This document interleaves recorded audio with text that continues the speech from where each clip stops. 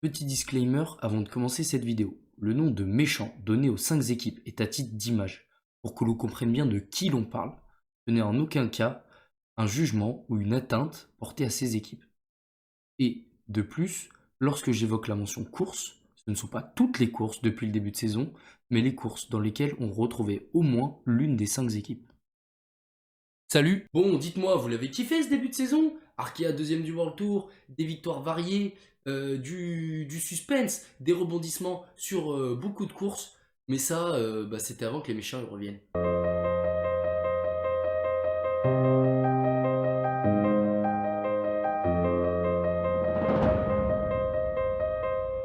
Yo les cyclos, j'espère que vous avez la soquette légère. On se retrouve aujourd'hui pour une nouvelle vidéo qui va parler débrief un peu du début de saison.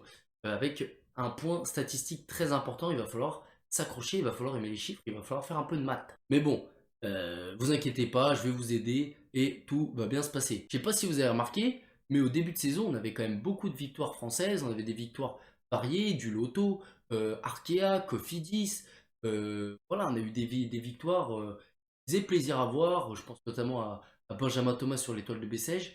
On était heureux. Mais depuis quelques temps, il y en a certains comme Roglic, Van Aert, Pogacar qui ont fait leur rentrée autour du 20 février. Et il y a un peu moins de suspense. Il y a un peu moins de diversité. C'est beaucoup plus cadré. Et il y a 5 grosses équipes qui font la différence. Bon alors, les 5 grosses équipes que j'appelle les méchants, bien sûr, c'est entre guillemets. Être supporter de ces équipes, bien sûr. Vous pouvez ne pas les aimer non plus. Mais en tout cas, c'est 5 équipes qui vampirisent tout. C'est pour ça qu'on les appelle les méchants, parce que c'est eux qui gagnent. Et que ça soit toujours les mêmes qui gagnent, personnellement, moi ça m'embête un peu. Le cyclisme devient plus prévisible, donc c'est chiant. Donc pourquoi je dis que c'est toujours les mêmes qui gagnent? Et parce que depuis le début de l'année, il y a eu 23 courses où les 5 équipes que j'appelle les méchants ont été engagées. Donc les 5 équipes, c'est Ineos, Jumbo, UAE, Bahrain Victorious et Quickstep. Et donc, sur les 24 courses où ils ont été engagés, ils ont gagné 12, soit une sur deux. Comme quoi, quand il y a une des 5 équipes, c'est plus prévisible. Et donc, on va passer à un petit point statistique selon les courses, en tout cas les catégories de courses où ils sont présents. Donc, les courses 1.1, par exemple. Il y a eu 10 courses 1.1 depuis le début de saison, dont par exemple le Grand Prix de la Marseillaise, c'est pour vous donner un calibre. Et sur les 10 courses, ils en ont remporté 3. La première, c'était le 26 janvier, c'est Brandon McNulty qui a remporté le Grand Prix de Calvi en Espagne. La deuxième, c'est le 12 février, c'est Covey qui a remporté le Grand Prix de Murcie, toujours en Espagne. Et la troisième, c'est en Belgique, c'est le Trophée Samin, le 1er mars, remporté par Matteo Trentin. Ensuite, on part sous course, un point pro, un peu moins de suspense, ils sont à 4 sur 5 les gros. Donc la Faune Ardèche, le 26 février, remporté par McNulty. Le 27 février, on en a eu deux. Ils sont à 2 sur 2 sur ce jour-là, avec Vingegaard et avec Jacobsen sur la Drôme Ardèche et Kurn, Bruxelles-Kurn. Et la dernière, c'est le Trofeo di Laguela, qui a été remporté par Yann Polanc le 2 mars. Nous sommes en 2022 après Jésus-Christ, et toutes les catégories de courses remportées par les méchants. Toutes, non. Une petite catégorie de courses peuplée d'irréductibles coureurs résiste encore et toujours à l'envahisseur. Et cette petite catégorie de courses, c'est les courses 2.1.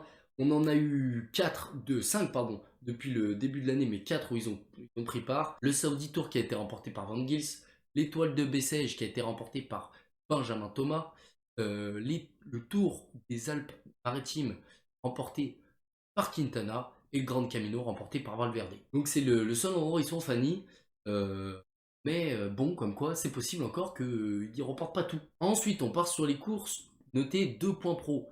Là, on en a eu 5, avec le Tour de la Communauté de Valence remporté par Vlasov, le Tour de la Provence remporté par Quintana, le Tour d'Oman remporté par Yann Hirt, et les deux dernières en date qui avaient lieu et qui finissaient le 20 février, c'était le Tour d'Algarve remporté par Evenepoel et le dernier c'est le Tour d'Andalousie remporté par Wout Poels. Et enfin le gratin mondial, là où on a les champions des champions, c'est les épreuves World Tour. Et les épreuves World Tour, on est à 3 sur 3 pour les 5 grosses écuries, avec l'Omloop et Newsblad remporté par Wout van Aert, le UAE Tour remporté par Pogacar et l'Estrade Bianche remporté encore par Tadej Pogacar. Donc ce qu'on remarque, c'est plus les courses sont importantes, plus ils gagnent plus ils gagnent, en fait, les 5 grosses équipes. Et depuis tout à l'heure, je vous parle du 20 février, et le 20 février, c'est très important. Pourquoi? Parce que c'est le point marque la cassure. Comme je vous ai dit, au début de saison, on avait du changement, on avait de la variété, on avait des coureurs qu'on découvrait un petit peu. Je pense notamment à ceux de la Uno X. On avait des Cofidis qui gagnaient, on avait des Trek. Et bah là, depuis le 20 février, c'est beaucoup plus compliqué. Quelques stats pour illustrer mon propos. Avant le 20 février, on a 13 courses. Les 5 grosses écuries, on en remportait 2. Et les 2 étaient en 1.1. Donc c'était Covey à Murcie et McNulty à Calvi. Après le 20 mars, ou à partir en tout cas du 20 mars inclus, on a eu 11 courses. Ils en ont gagné 10. Donc on passe de 15% de victoire avant le 20 mars à 90 après le 20 février. C'est aberrant. Et le moins qu'on puisse dire, c'est que ça va pas en s'améliorant, parce que si on regarde Paris-Nice, bon bah voilà, hein, ils sont à 4 sur 4, 5 sur 5. 5 parce que euh, notre ami Brandon McNulty a gagné l'étape. Et sur Tirreno, ils sont à 2 sur 4, parce que Pogacar aujourd'hui a gagné l'étape. Et en plus, on va se dire, bon, il gagne, d'accord, mais ça va, on a quand même de la diversité derrière. Et bah malheureusement non, hein, parce que au niveau des podiums sur Paris-Nice, ils sont à 11 sur 15. Les 5 grosses équipes sont à 11 sur 15, possible. Et sur Tirreno, ils sont gagnés que 2 fois sur 4, donc 50% de victoire. Ils sont à 7 sur 12. Il y a plus de 50% de podium. Et des triplés, hein. On a eu un triplé UAE, 2 triplés Jumbo. Ça commence à faire beaucoup. Donc, peu de suspense dans le cyclisme actuel. On espère que ça va changer pour le bien du cycliste, pour le bien du spectateur. En F1, ils ont changé les réglementations pour qu'il y ait plus de suspense. On espère qu'en cyclisme, il y aura plus de suspense. Voilà, c'est déjà la fin de cette vidéo. Dites-moi en commentaire qui vous voyez gagner les 5 monuments et les 3 grands tours, parce qu'on n'en a pas parlé, mais les 5 monuments et les 3 grands tours vont sûrement être trustés par les 5 équipes-là. Hein, je vois pas trop d'autres équipes capables d'aller s'imposer. Peut-être Yates avec la Bike Exchange, mais ça va être compliqué.